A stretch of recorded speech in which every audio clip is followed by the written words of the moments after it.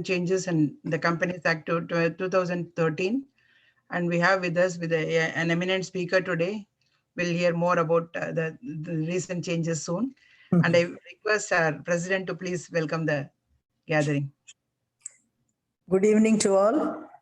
I welcome you all to the webinar on recent amendments in the Companies Act 2013, Impact and Key Development. I extend my warm welcome to Sri G. Ramachandran, Chairman, Company Law Subcommittee of the Chamber, and Mr. V. Murali, Member of the Executive Committee of Andhra Chamber, for their support in organizing this webinar for the benefit of our corporate members.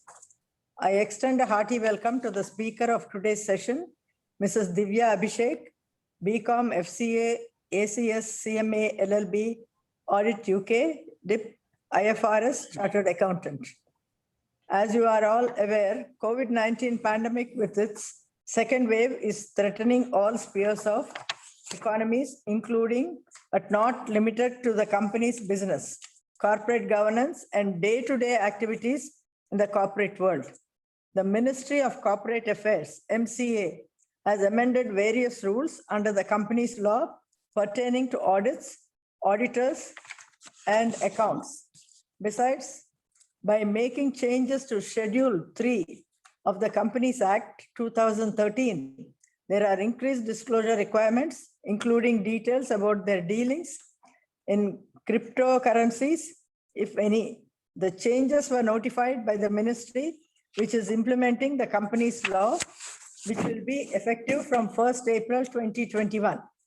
To keep abreast of the latest changes of the Company Act 2013 and also its impact for the benefit of industry members, this webinar is being organized by the Chamber. With these few words, I conclude my welcome speak and welcome all of you once again to this webinar. Thank you.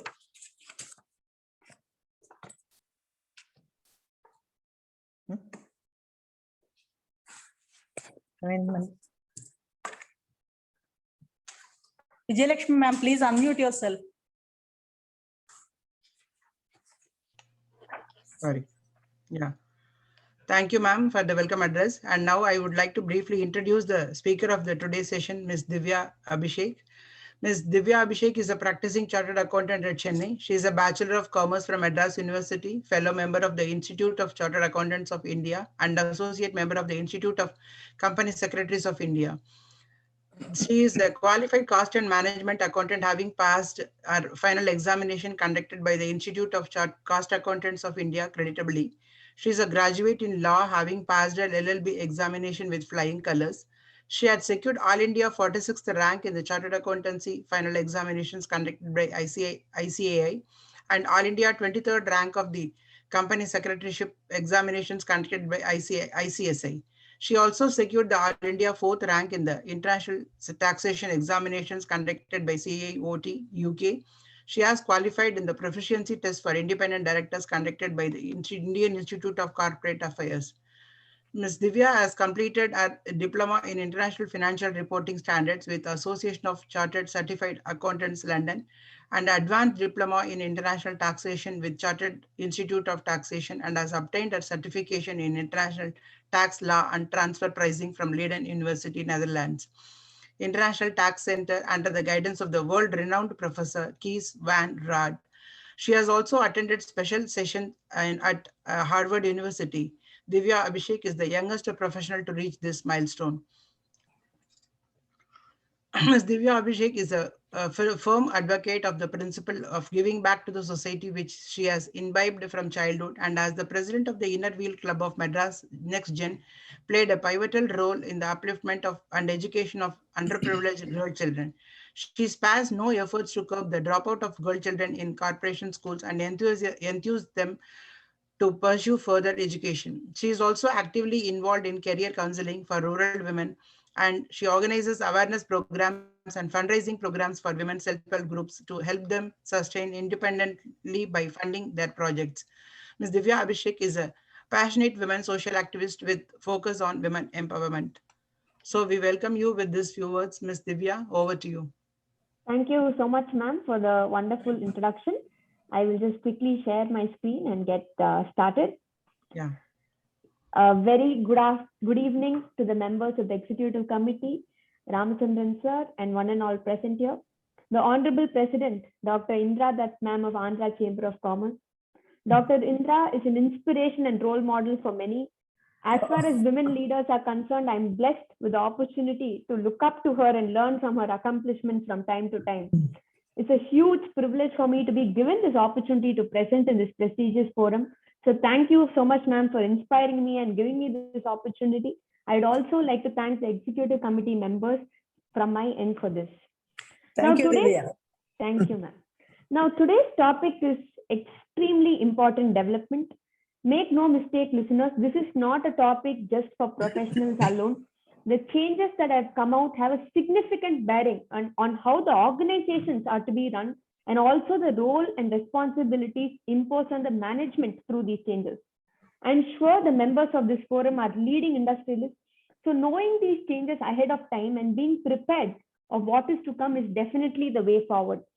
So today I'm going to cover certain key amendments that are of critical relevance and importance, and also deal with the practical aspect of how we tackle these changes and how we prepare ourselves for the ways to come. Now, as Indra ma'am had rightly pointed out and given the right start for this session, 3 key amendments came out between March 24th, 2021 and April 2nd, 2021 that completely changed the way in which we prepare the balance sheet, the way in which the auditors question the company before issuing the report, and the very basic software in which the company is going to be maintaining accounts. So today we're going to focus on these changes and then also understand the changes that have come out in corporate social responsibility sector, which are also come out on Jan 21st, 2021, and also touch upon some changes that brought about through the Companies Act 2020. So why do we need to know these things? So please remember, even though some of these changes are going to be applicable from April 1st, 2022, from today onwards itself, the management of the company have to understand these changes and prepare their comparative numbers for March 31st, 2021 in line with these changes, so that when we go to March 31, 2022, your March 31, 2020 data is already ready and on hand. There are definitely enhanced disclosures. We're all aware that 1 year back, CARO 2020 being an auditor's report, there were many changes that came out through that. So what MCA has done today is merely marry the two. They've brought about changes that we make in the financial statements itself to be in line with what the auditor will report in the CARO 2020. Both of which is going to be applicable for the year ended March 31st, 2022. The first and most significant change in my view is the manner in which the accounts of the company are to be maintained. Initially, this amendment came out for April 1st, 2021. After a lot of representations in this regard, this has been pushed to April 1st, 2022. The change precisely is, every company shall use a software which has a feature of recording audit trail of each and every transaction, and more importantly, create an edit log of such changes made in books. Now, what this means is, whatever accounting software you are using for your company, you can no longer delete any entry once you post on it. And secondly, this accounting software should have something called as an audit trail, which at the year end has to be given to the auditor, and they should be able to see all the changes that were made to it. Now, definitely this is a very, very stringent rule. Most large companies will already have softwares like SAP and QuickBook and some other software which already include this. But vastly, from my experience, many companies use Tally, which is not equipped for this change yet. So precisely, please ensure, as of today itself, you go check with your software in which you're maintaining your accounts, if this audit trail facility is there. It is not just enough if the trail facility is there. There should be an edit log where you should be able to see the entire historical data of all the entries that are being passed. Let us take a very practical scenario. There may be some entries where wrongly some amount would have been passed, which would have been just a clerical error. So does this change mean you can no longer make those mistakes? Please, friends, the answer is no. You can still have mistakes there, What you cannot do, you cannot delete that entry. You should pass another entry rectifying this mistake. Second, very, very common fear. Now, some entries before March 31st is only passed in April or May because of practical issues of getting bills from vendors and various other aspects. Is this going to be affected by this change? Again, the answer is no. You can still pass those entries after March 31st as long as the date in which the entry passed is correctly reflected. So what the government is trying to do is to just understand how the entries have been passed and whether there is no window dressing involved in this regard. Now, let us take a scenario. You're a very small company. You're only maintaining your books in Excel. Do you need to comply with this? Excel naturally will not have this audit trail software because whatever change you make, you delete and you change. Unfortunately, the answer is yes. Maintaining your books in Excel is itself considered as an electronic form.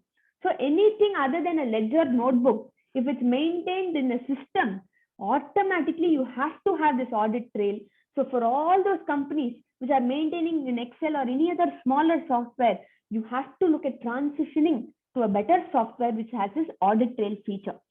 Now, I quickly did an analysis of the different softwares that largely most of our clients use.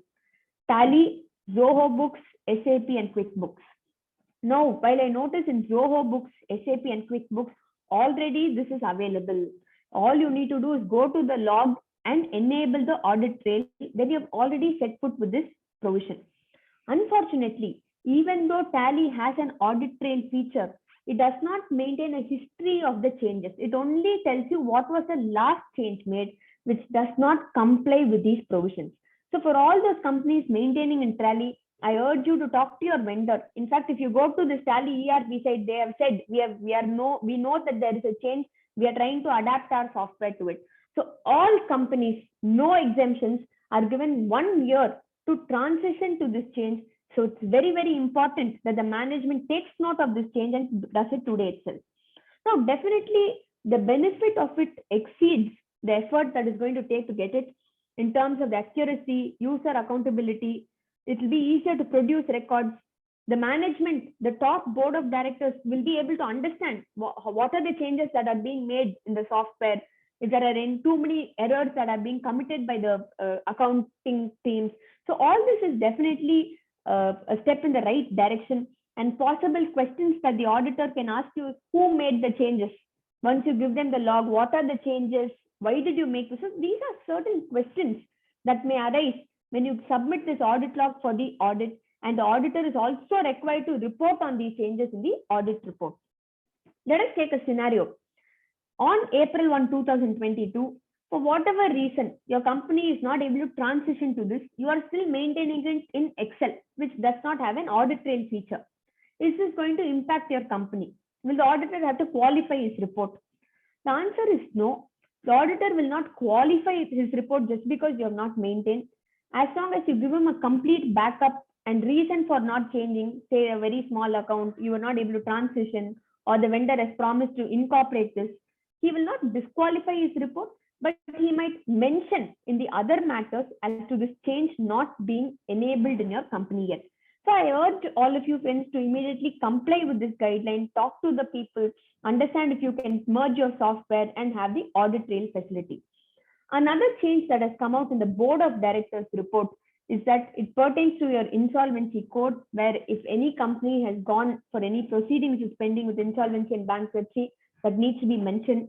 Over the last 2 years, this has been very, very popular, where many companies are increasingly going through the proceedings of this. So this needs to be apparent on the financial statements and the board of directors report. The second, of course, if your company is an MSME and it has opted for a one-time settlement scheme, if there is any valuation done for that and any valuation submitted to the bank, they have to be the same.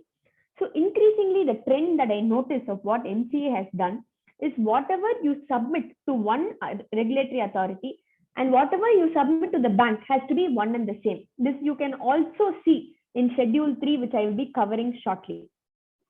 The next impact that is going to affect every company are these additional disclosure requirements in your financial statements. Now, Companies Act broadly splits Schedule 3 into 3 divisions. The first division is going to be companies which follow regular accounting standards. The second division is for companies which follow Ind AS, basically with net worth more than 500 crores. Some companies who have net worth more than 250 crores. All this will get covered under the second division, and the third division for NBFC. Now, the most of the changes that have come out at the first division level itself, which means automatically every company that has been incorporated has to follow these changes that I'm going to cover now through these provisions. Now, when I notice the changes that have come out, broadly we can split it into three buckets. One is the completely new changes. As Indra ma'am rightly said, the cryptocurrency is a completely new change that has never come before. The second is changes which have come out in line with the CARO reporting 2020, where 1 year back MCA gave out a reporting for auditor. Now what they've come and said, we have given auditor the responsibility. Now we'll give the management the responsibility to prepare the financials so that the auditor responsibility can go in tandem with that. And the third, of course, are some minor reclassifications, which is just from a presentation angle, which will affect. Let us first cover the new changes that have come out. The first is you need to ensure any promoter who holds a share in the company, you need to disclose that in your balance sheet. Earlier, only for promoters who have more than 5%, because they were considered as significant promoters, that was disclosed. Now they've opened it up for all promoters. Again, a direction in transparency and proper disclosure by the companies. It is already there for listed companies. It is just included now for all the other companies. The second clause, which might involve more work both for the management and the auditor, is any borrowing made from banks or financial institutions, and you have not used these borrowing for the specific purpose for which you have taken the borrowings as at balance sheet date, you need to disclose why you did not use it for the purpose for which you took and the reasons for the same. So this means every single borrowing that the company has taken now has to be analyzed. You have to understand why the company took the borrowing, and secondly, whether they used it for the purpose for which it was taken. Supposing if not, this has to be reported on the balance sheet itself that it was not used. So I urge all of you to look into the borrowings aspect at the start of the year itself, so that as at balance sheet date, there are no borrowings that are not used for the purpose for which it was taken. The third new provision, which is very, very different, is the need for disclosure by the company for any transaction undertaken with a struck-off company. Now, why this has come out is important to understand. So increasingly, over 2 lakh companies were struck off over the last year and a half by the MCA. So what the MCA is trying to say is, on your balance sheet itself, you need to disclose to the investors whether you have transacted with any struck-off company, because it may indicate, the minute you give this disclosure, say your company is invested in a struck-off company, it indicates that it is an investment for the company. So how are you going to get this detail? How will you check for every vendor of yours whether he is struck off or not?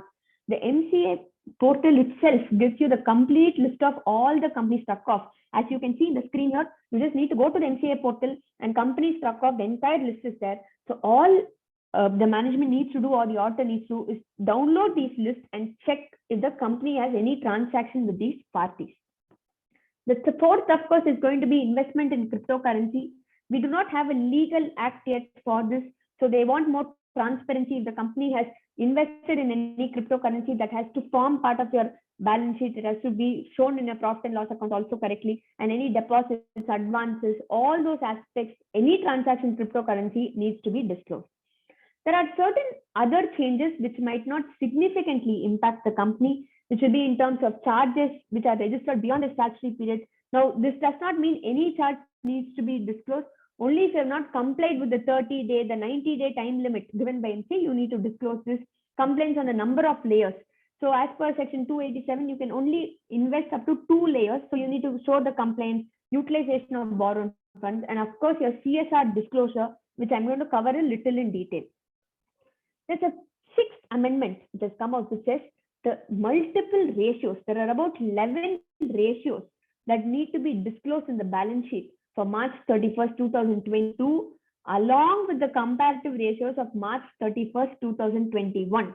And these ratios, if there is any variance of more than 25% as compared to the previous year, you need to explain why. Now, again, this is a very, very important amendment that has come out. So what if in a scenario my company takes additional loan? Naturally, my debt equity ratio will be more than 25%. All this you need to start explaining in the balance sheet as to why the variance has come. We are waiting for some clarification to understand how the numerator, what you have to take in the denominator to have a consistent comparison. Now, generally, you would think this is the work of an analyst, but it is a step in the right direction because now you're giving all the data on your balance sheet itself to enable the investors and other people to understand about your company and also compare with the industrial standards. Caro, as I already said, a lot of these changes made are also to be in line with the requirements of the Caro. So whatever these ratios are there, in your Caro 2020, the auditor also needs to report whether there is any difference, why there is a ratio change and there is no material uncertainty. And this is the important line, the company is capable of meeting its liability. This auditor has to comment whether the company is capable of meeting its liability.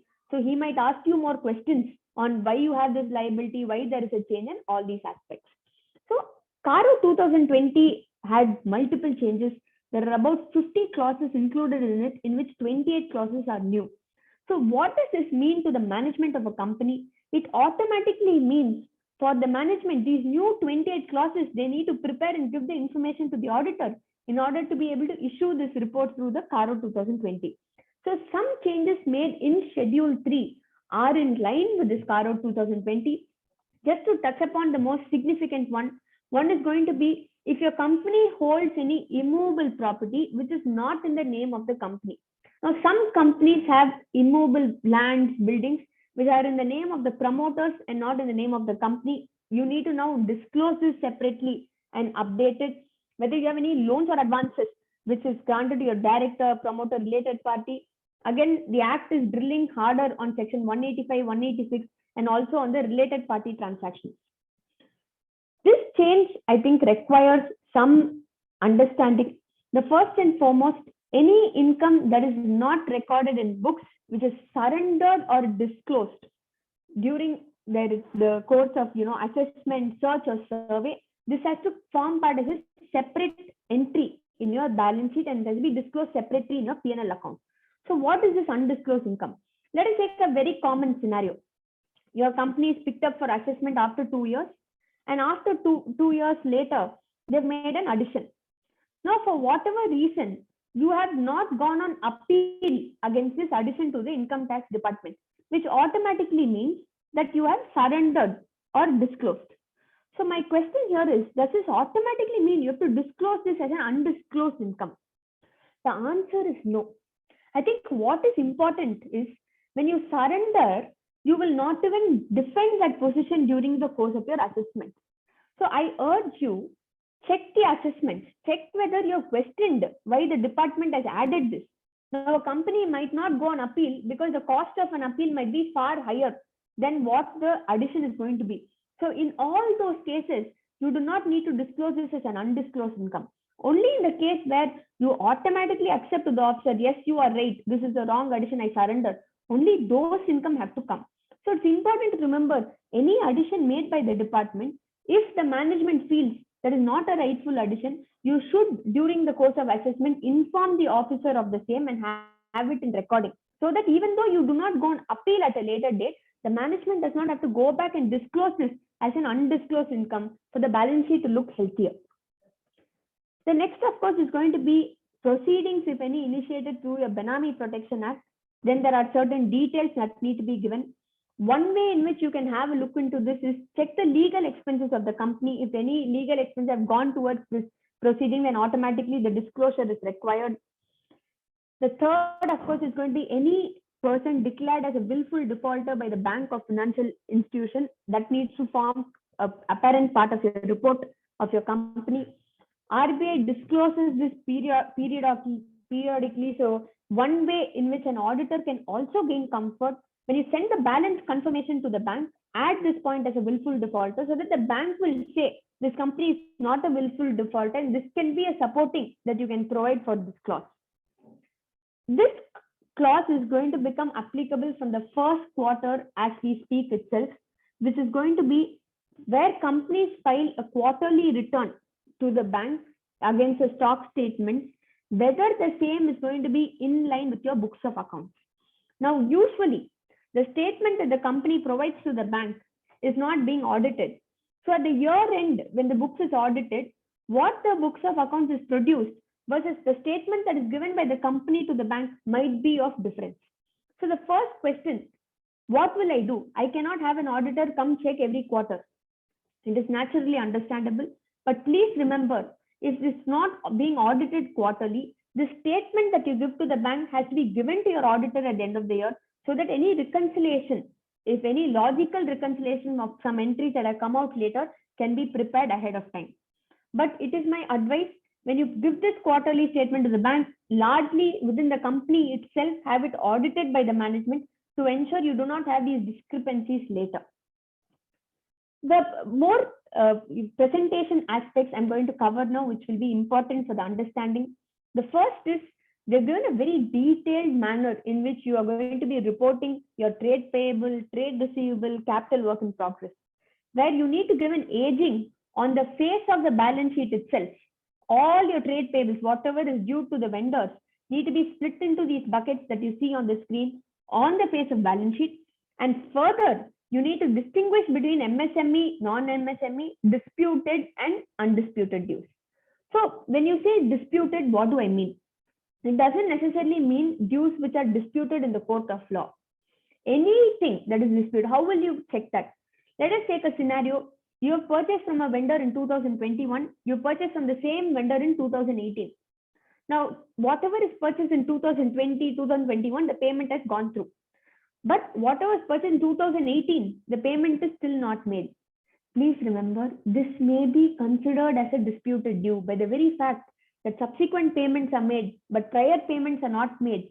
Then the auditor might have to disclose it under the disputed due bucket. Second, MSME is always an important criteria. So one way in which the management can prepare ahead of time is to write to all the MSME vendors and understand whether they still continue as MSME or non-MSME in order to do this. The third change is in terms of unbilled dues. Now let us take a scenario where you have rendered the service, where the service has been received by the company, any royalty, license fee, but it is not billed. You can no longer bill it in the year in which it has come. This unbilled due also has to be disclosed in this trade payable aging report mandatorily. Similar to trade payables, trade receivable also has the aging bucket where you have undisputed, disputed, less than 6 months, more than 6 months, 1 to 2 years. It is going to be more work definitely, but it is looked to be a good change that has come out, so that it's more clear for the investors as to what is the payable, what is the aging looking like, and all those aspects. Now, let us take a scenario where you have a transaction with a customer, but you do not specify the date at all. In that case, the date of the transaction will be considered as a date for the aging that needs to be done. Again, your capital work in progress also some changes where it is no longer enough that it is one line item, but you need to give a chart of aging for capital work in progress, another chart for a project-wise breakup of your capital work in progress. And importantly, if you notice that there is something called projects which are temporarily suspended, which also needs to be given separately. Now, during the course of floods, fire, or natural calamities, you might have some projects that have been suspended. So all those projects which you did not continue but plan to do in the future have to be included in this bucket. This, in my view, is a data that has already been prepared, which is being maintained. It is just a matter of disclosure that goes into the books of accounts. Similar to capital work in progress, you also have intangible assets that need to go through the same aging bucket. So the 4 areas that we discussed now are more of a presentation aspect, might be more work on the management to prepare from the current date itself to give those documents and aspects to the auditor. The last aspect that I was telling you about are certain presentation or disclosure changes that have come about. One is the rounding off aspect for total income. Earlier, the rounding off numbers was done only for Ind-AS companies. Now they've also included this for regular companies. So all companies have to round off figures before they present in the balance sheet. Second is fixed tangible assets are renamed as property, plant, and equipment. This is in line with your Indian GAAP companies and also in line with revised AS10 that has come out, renaming the same. Third is going to be a total revenue that is shown in the balance sheet is now called as a total income. reserved, the word has been removed from securities premium, and certain other reclassifications. Two reclassifications, very, very logical. Your current maturities of long-term debt is now supposed to be shown under short-term borrowings and not other current liabilities. Let us take a scenario. You have a 100 crore loan, a long-term loan payable over 12 years. 10 crore is due in the next 1 year. Automatically, that takes the nature of a short-term borrowing, and hence that has to be coming under short-term borrowing. Security deposit reclassification in your presentation. Now, all this that we have covered is going to be applicable for all companies. There are two specific changes made to Ind AS companies, where in your balance sheet, you're including lease liabilities as a separate line item for all companies which are using Ind AS reporting, and also bank deposits with more than 12 months maturity is to be shown separately. You also have some changes made for Ind AS companies in the way in which they report their equity share capital. Now, this is definitely very interesting because now you need to show in your equity schedule any changes made in share capital due to prior period errors. So a lot of changes that have come out are focusing on prior year errors to be shown apparently, like your undisclosed income, your prior period errors. So this is not merely to be considered as a disclosure, but this is an information that is going to be used by other regulators to see what are the errors and why these errors are coming about. And your Ind AS 8 might also be activated to show this as a material misstatement. So before you make these presentation changes, amply check from your end whether at all it is a prior period error or what needs to be done to rectify this error and to be disclosed correctly. The third division, as I already told you, pertains to NBFC companies. The government wants you to now give certain ratios. Now, this can be a duplicate work for NBFCs because already companies with asset size of more than 500 crores are required to disclose the CRAR ratios. But it is important to note that this additional regulatory information is required for NBFCs to follow. All these changes that we have discussed are either covered in your company's auditor report order 2020, which is required to be reported by the auditor, or covered under this bucket, which is your auditor and auditor's amendment rule, so that the auditor is also reporting and verifying all the changes are being done correctly. So the audit and auditor's amendment rules is also going to be applicable from April 1st, 2022 to check whether one is in terms of your Benami Act, whether the ultimate beneficiaries are correct, there are any material misstatements, whether your dividend is declared under section 123, and importantly, he has to comment on the accounting software used by the company, whether it has an audit trail. This is an interesting change that has come out and also groundbreaking in terms of prevention of money laundering, which causes significant responsibility on the management, where the management of every company is required to represent to the best of knowledge and belief no funds have been advanced received by an investor to any person, including foreign entities, whether recorded in writing or otherwise, shall directly or indirectly lend or invest in other persons. So what this means is any money taken by a company, and whether it is invested, advanced, or given to another company, is whether it is for the benefit of the other company or that company is passing it on to somebody else. So this puts the management on a footing of investigating authority, where supposing your company is lending, you can't just stop there. You need to go and understand whether that company to whom you have given the amount or invested in has used it for its purpose, or it has passed on to somebody else just as an intermediary. This is primarily come out for prevention of money laundering. In my view, it is going to be a little difficult to go on that aspect of checking how each of your money is going to be going to other companies. Maybe the person to whom you are lending to or investing in, it is good for you to get a representation from them that they've used it for the purpose and they are the ultimate beneficiaries and it is not being passed on to anybody else.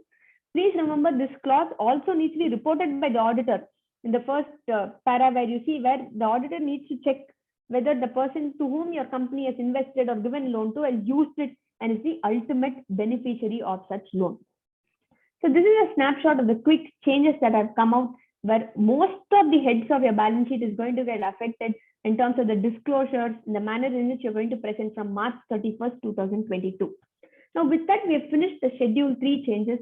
I want to touch upon a very important aspect that has completely undergone a change. In fact, when corporate social responsibility came, it just came as comply or explain, just a responsibility of a company, either you do it or you explain in your board report. So it's very, very simple. But the changes that have come out in Jan 22nd, 2021 completely transformed the way in which you view this provision. Now they are saying either you comply. If you don't comply, you explain. If you explain, and then you also need to transfer this money to a specific fund if you are not able to spend it. So almost indirectly, the government is putting pressure on companies to say you can no longer just explain. You need to spend it actually. If not, don't worry, we will spend it for you for the right direction. So it has become a responsibility on the board to ensure this is being done. Now, corporate social responsibility is going to be applicable for any company which has net worth of 500 crores or more, turnover of 10,000 crores or more, or net profit of 5 crores or more. If you look closely, the third clause, net profit of 5 crores or more, will immediately become applicable for most companies because it is a very small threshold, which is why these provisions are of extreme importance. The first change that has come out is they have defined CSR what as a negative definition. So CSR is any expenditure which is not done in the normal course of business outside India, political party, sponsorship, or activities which exclusively benefit the employees. So there is one leeway given. Supposing you're a company, you are distributing your own products to the general public, that is called normal course of business. It is not considered as CSR. But if you are a pharmaceutical company who's into research and development towards COVID for these specific years, and you've tied up with certain institutions as defined by the Companies Act, so only such things will be considered as CSR. This is an exception to the rule of normal course of business. A question that many companies have: can employees benefit from CSR activities? The answer is absolutely yes. The employees can benefit from CSR activities, but they cannot be the exclusive beneficiary of CSR activities. So the company can, for example, have a sports day event. Now it is allowed as a CSR activity where your employees can participate. It has to also be open to the general public. So as long as the activities are targeting all, then it is fine. Another company asked, I'm giving mask to my employees, whether I can take that as CSR. Unfortunately, that is, you cannot take that as a CSR. Giving mask to employees is a moral responsibility. It is exclusively for the benefit of employees. So all this cannot be considered CSR. A very common activity done by companies, donation of its own stock, of its fixed assets. Now, please remember, when you donate, say I'm a laptop manufacturer, I give my old laptops to schools and colleges, that cannot be considered as a CSR. But supposing you're doing this during a natural calamity, for example, COVID was declared as a disaster by the government itself. So during such time, if you distribute, it is still considered as a CSR activity. Another aspect, distribution of food, whether this is going to be considered as CSR. Please remember, friends, CSR has specific buckets. There's Schedule 7, which will tell you what is considered as CSR. Eradication of hunger and poverty is one of the activities. Now, just because you distribute food for one day, that does not eradicate food or poverty. So this activity is generally not a CSR activity if you just do a one-time distribution. But if you're doing a year-long distribution, or if you're distributing during disaster management, it will be considered CSR. So any activity done during disaster management as declared by the government will be considered as CSR activity, but not otherwise. There are certain other amendments that have come out which completely changes the responsibility of the board. One is the implementation of an annual action plan. Now, till 2020, there was a CSR committee in every company, but there will be more of a postpartum where after the year ends, the committee will meet and they will decide where the money goes. Now, this can no longer be done. The committee has to meet at the start of the year itself and write out the annual action plan, clearly specifying how they are going to spend the CSR, what are the list of projects. And it is not just enough, this action plan is there. This has to be disclosed in the company's website by the board of directors and ensure that for throughout the year, it is available in the company's website. It is mandatory for this disclosure. Now they've had one more step where they've said the CFO of a company has to certify this action plan and has to ensure this is done. Now, CFO earlier was nowhere connected to the CSR committee or the disclosure. Now they've enhanced this role and ensured that companies are not just spending CSR at a later date, but they're mindful at the start of the year itself on how they need to spend CSR, where they need to spend, and all the other aspects. This change is in my view going to have to change for a lot of companies in the manner in which they adapt is the implementing agency. Now CSR is generally done either by the company itself directly, or the company has a foundation through which they do it, or the company gives it to somebody else who will implement it on their behalf. Now when we took a large consensus of how it is being done, we noticed over 39% of the companies, they give it to a society, trust, or a Section 8 company who will in turn disclose and finish the CSR activities from their end. Now this 39% bucket is called as an implementing agency. Now initially there was no issue. You could find any society, trust, or Section 8 company and they could implement it on your behalf. Now they've brought about a change and said this implementing agency has to first be registered with the income tax, either under Section 12A or Section 80G. Secondly, that will be registered with the MCA with effect from April 1, 2021. So please ensure this form has to be filed with the MCA and can be signed by a professional CA, CS, or CMA, and it has to be taken into account on the April 1st, 2021. So in the event where this is not being done by the implementing agency, then they will not even consider any donations made to this agency during their as a CSR activity. It will significantly affect large companies which you implement CSR not by themselves but through some other agency. The third aspect in CSR is going to be, there are some cases where an asset is constructed by the company itself. Now let us take a scenario where the company constructs a school, and this will be considered as a CSR activity. Naturally, the school will be a CSR asset in the books of the company. Now they've brought about a groundbreaking amendment and said, no longer the school can form part of the asset of the company. You have to mandatorily transfer any CSR asset in your books of accounts to a Section 8 company. And this Section 8 company has to be registered with the MCA. And the time limit for this is going to be only up to 21st July 2021.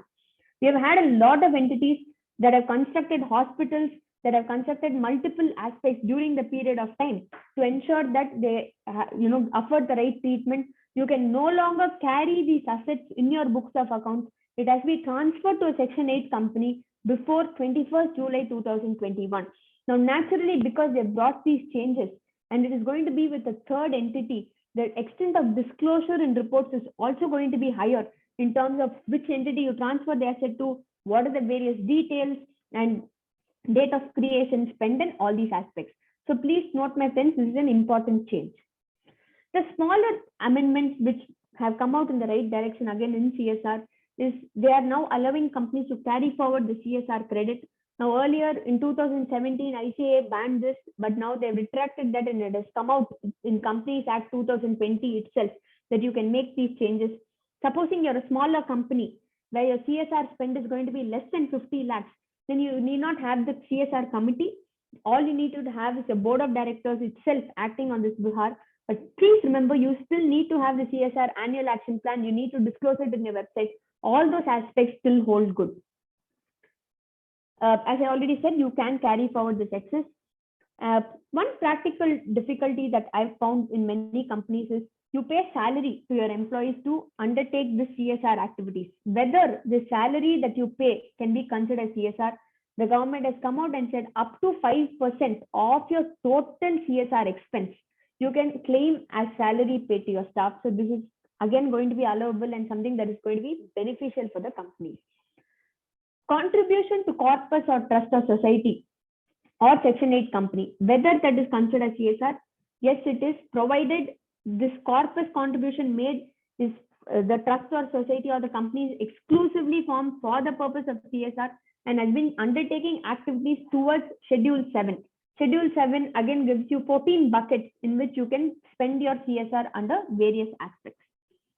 This change is going to affect all companies in my view, where they have said any unspent balance which is there for which does not pertain to your ongoing projects has to be transferred within 30 days from the end of the financial year. Now, when we started, I said CSR came out with comply or explain.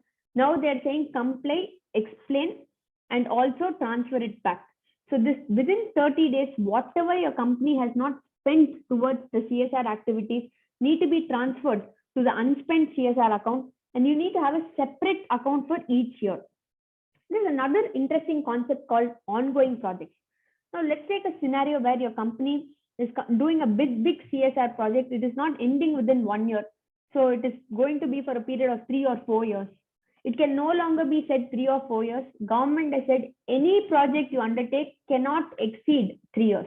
So any project for CSR can only come within 3 years, and you can no longer wait for the 3 years. Every year you have to recognize. You have to proportionately say what goes towards a project. Whatever is the balance that you have not spent, since it is towards an ongoing project, you can keep it separately, and only after the 3-year period, you need to transfer to this fund. Naturally, because you need the fund for 3 years, the government is allowing you to do that. Now, one question was, let us take a scenario where every year I contribute 50 lakhs to a cancer hospital, whether this is an ongoing project. The answer is no. It is a one-time project. You are just periodically doing it. That does not make it an ongoing project. I'm constructing a hospital which will take 2 years. That is considered as an ongoing project. So it is important for the management to sit today and understand in that project itself what is an ongoing project, what they can keep for 3 years, and whatever is not spent, I urge all of you to spend it before April 30th, 2021, so that you do not have to transfer to this fund and then wait for further direction in this. So all this has come out in your Companies Act 2020 itself, and CSR provisions take effect from Jan 22nd, 2021. So this is going to be relevant for the year ended March 31st, 2021 itself. Now, I know I've given a lot more information in my presentation. At the end of the session, I will give you my email ID for all those who require a more detailed read. You can please go through that and ask me any number of questions you require. Additional details, same as what I said in Schedule 3, you need to give a lot more details for CSR, which needs to go on the face of your financial statements. Now, it is not just enough, it goes into your board report. You also need to show in your CSR aspect in your financial statements. Penal provisions are there. Now, initially in 2019, the government said you need to go to imprisonment for CSR. Then the government retracted that and said, we will now give just a penal provision, but penalty can go up till 1 crore. So it's very, very important for the management to comply with the changes and the provisions of CSR in order to ensure that it is being done correctly. Now, non-compliance with CSR, will the auditor have to qualify the report? Now, just because you non-comply with CSR, again, the auditor need not qualify his report, but now that it is coming on the face of the balance sheet itself in your Schedule 3 and is going to come in your board's report, please remember in the other matters, the auditor can include a specific line saying the company has not spent towards your CSR activities. The last aspect that I want to quickly cover before we wind up is what we have primarily spoken today are about the changes that are completely going to impact and transform. There are certain other changes that have come out through the Companies Act 2020 in the form they've decriminalized 46 offenses, which is again a great change that has been made. They've ensured that the smooth running and operation flow of the business is being maintained. They've redefined the listed company. What the government felt was just because a company lists its securities in the debt market, it should not automatically considered as a listed company, because as we are aware, the reporting for a listed company is far higher. The third important aspect, of course, the remuneration that you pay to an independent director. Now, for public companies which were loss-making, they were not compulsorily required to pay the independent director, but the government has taken cognizance that by virtue of being an independent director, you have a lot more responsibility. So it is only right that the remuneration you pay to the independent directors is going to be in line with what the other directors are also going to take from. So these are few other changes that the Companies Act has brought about. With that, I would like to conclude my presentation and take more questions and will be happy to clarify the same. My email ID, I'll also send it in here for all those who require a copy of the presentation to go through in detail at your leisure. Thank you so much to Andhra Chamber of Commerce. It's been a real honor and privilege to address the August gathering today. And with that, I hand it over back to take more questions, if any are there. Yes. Thank you, ma'am. Yeah. Thank you very much, Ms. Divya. It was a very, very informative presentation. And there are some questions in the chat box before we ask the participants to raise their questions. One, Mr. Jairaj has asked, amendments to the Companies Act, will they help India attain a significant position globally in manufacturing and business in the near future? I think that's a very good question, Jairaj sir, and I absolutely agree to that. In fact, if you see the ratios, the 11 ratios that we give, already multiple companies in the US give it in their comprehensive income statement. So all the changes that we see today are in line with transparency and going concern, which will also put India in a better position in terms of the information that we give out to the rest of the world. Yes. And next question is payment not paid because GST has not been paid or seller has not filed the GST return. Can it be considered as disputed?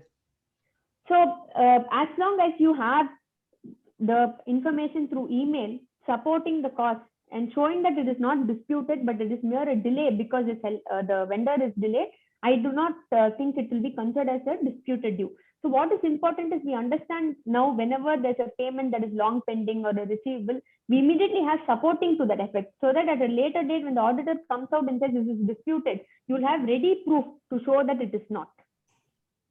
Okay. Have the amendments factored in the post-pandemic challenges?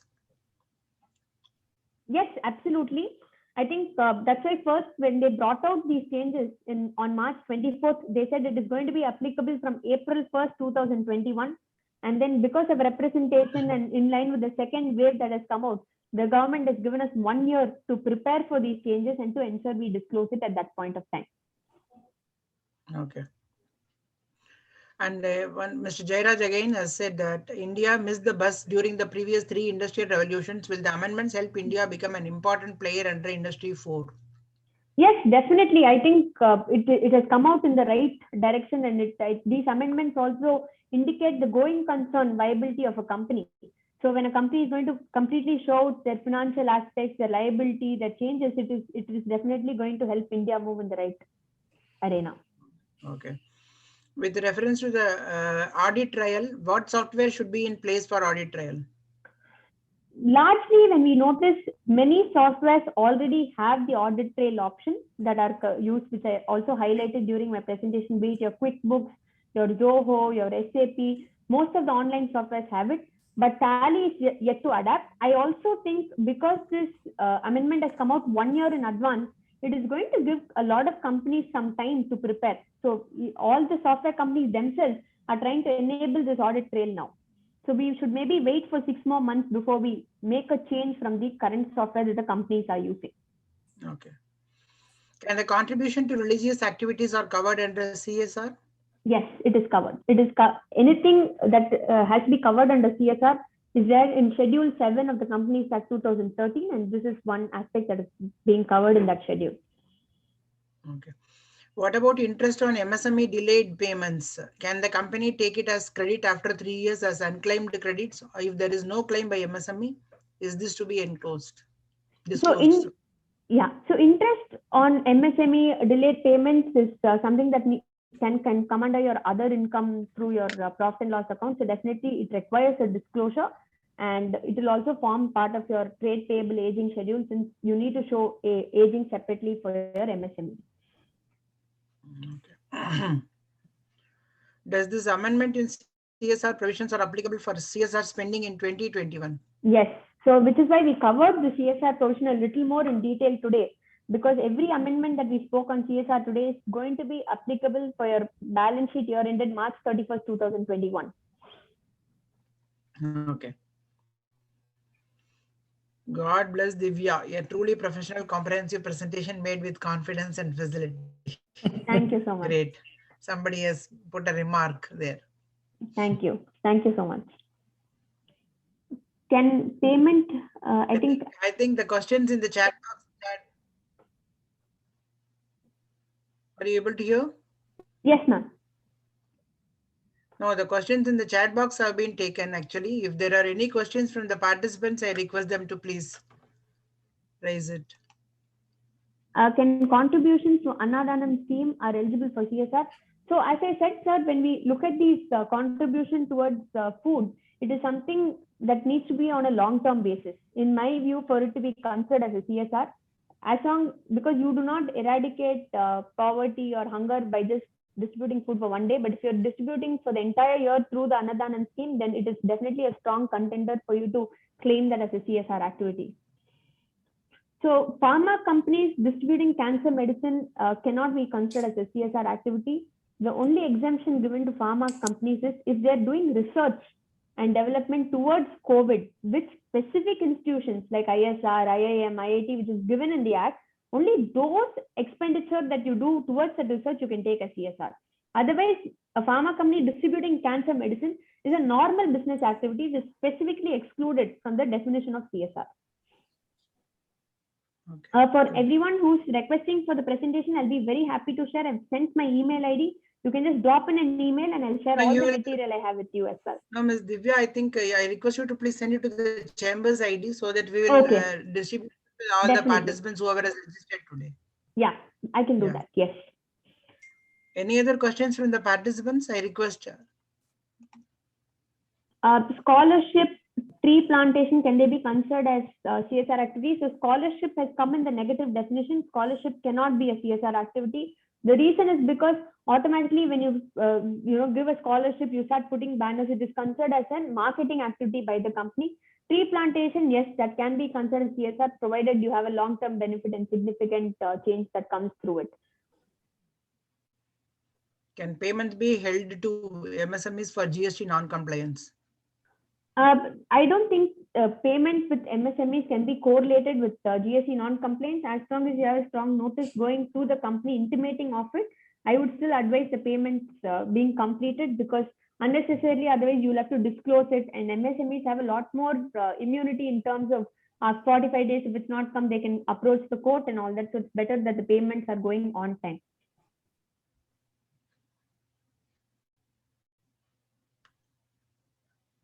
Contributions to old age homes are covered under CSR. Again, this needs to be understood on the each fact of the case, sir. On a blanket basis, it might not be, but it needs to be specifically checked and answered to your certain situation. Yeah. Thank you. Any other questions from the participants?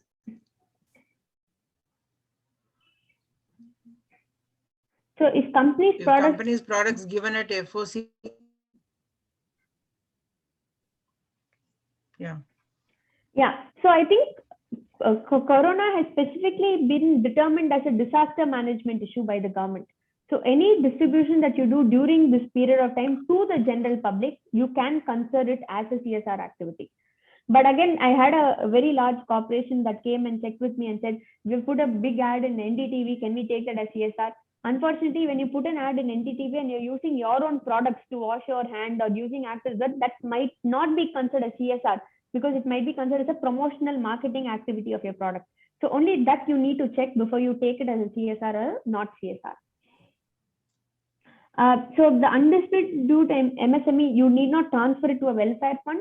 The only thing is they have more granted immunity in terms of recovering that due from you if it exceeds the 45-day time period. Thank you.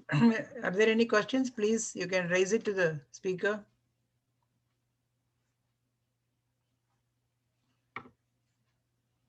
If there are no questions, then I request Andhra Chamber to forward the presentation. Yeah, sure.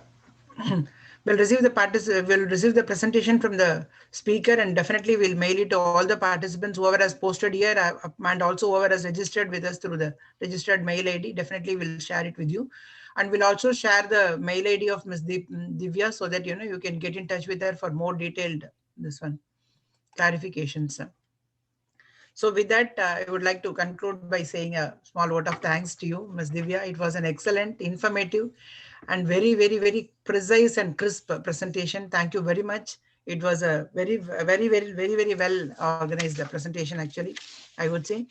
And the clarifications on CSR, because people have the mindset on CSR on various aspects. Now you have nailed the points as to what all the things that comes under CSR, and similarly audit trail also, because majority of the people are using only Tally. So now people have to take a relook as to how to go about with this audit trail and all that. So thank you very much. This was a very good presentation, and I'm sure that the participants, it would be of use to them. And we can even organize one more presentation sometime in the next month, in case if we get more queries on this. And I thank Mr. Jordan Nachar. I could see him for participating. Thank you very much, sir, for joining us in this program. I thank all the participants and the executive committee members who have joined us to participate in this program. Please feel free to share your questions so that we will be able to help you connect with Ms. Divya. Thank you, Ms. Divya. Thank you, ma'am. Thank you so much. I thank the president for staying with us. Thank you, Divya. Thank you, Indra, ma'am. Thank you so Thank much. you. Thank you all.